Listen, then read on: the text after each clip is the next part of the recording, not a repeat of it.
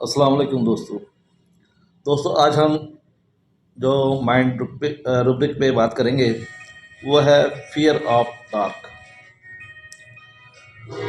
دوستو دیکھنے میں تو ایسے ہی محسوس ہوتا ہے جیسے فیئر آف ڈارک اندھیرے کا خوف یا اندھیرے سے گھبراہٹ وغیرہ ہونا، یہاں پہ ہم یہ روبرک استعمال کر سکتے ہیں۔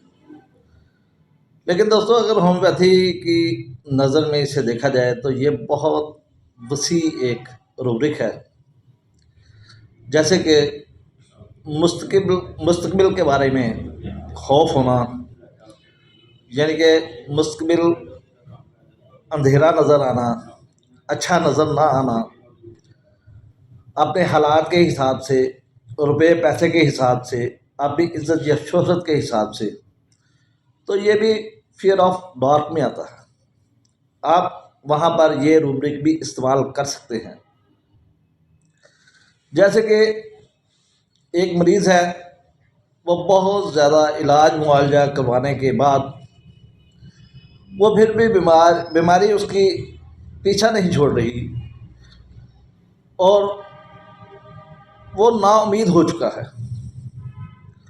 تو اس جگہ پہ بھی آپ یہ فیئر آف ڈارک روبرک کا استعمال کر سکتے ہیں، یعنی کہ صحت کے حوالے سے روشنی نظر نہ آنا۔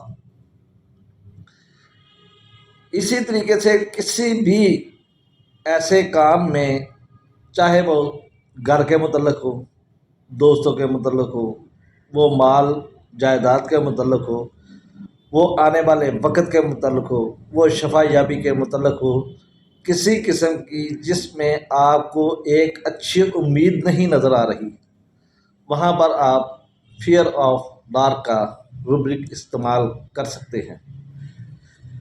جیسے کہ اس کے اور بھی روبرک ہے، جیسے کہ ڈسپیئر آف ہیلتھ، کہ نا امیدی صحت یابی کی، کہ صحت یاب ہونا نظر نہیں آ رہا، آپ وہاں پہ یہ استعمال کر سکتے ہیں فیئر آف ڈارک۔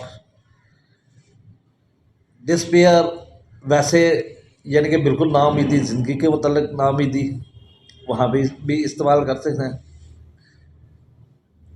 یا فیئر آف فیوچر، مستقبل کا خوف، وہاں پہ بھی آپ اس روبرک کا استعمال کر سکتے ہیں۔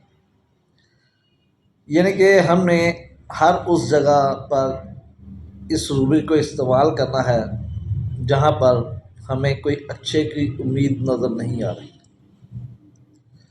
دوستو یہ ایک چھوٹا سا روبرک تھا، صرف بتانا یہ مقصد تھا کہ اسے مختلف روبرک کی جگہ بھی ہم استعمال کر سکتے ہیں۔ یہ صرف اسی جگہ پہ یا ایسے مریض بچے نہیں جو اندھیرے میں جانے سے خوف کھاتے ہیں، اس کے علاوہ بھی ہم مختلف جگہ پہ اس کا استعمال کر سکتے ہیں۔ دوستو انشاءاللہ اگلے روبرک کے ساتھ، اگلی ویڈیو کے ساتھ پھر ملاقات ہوگی۔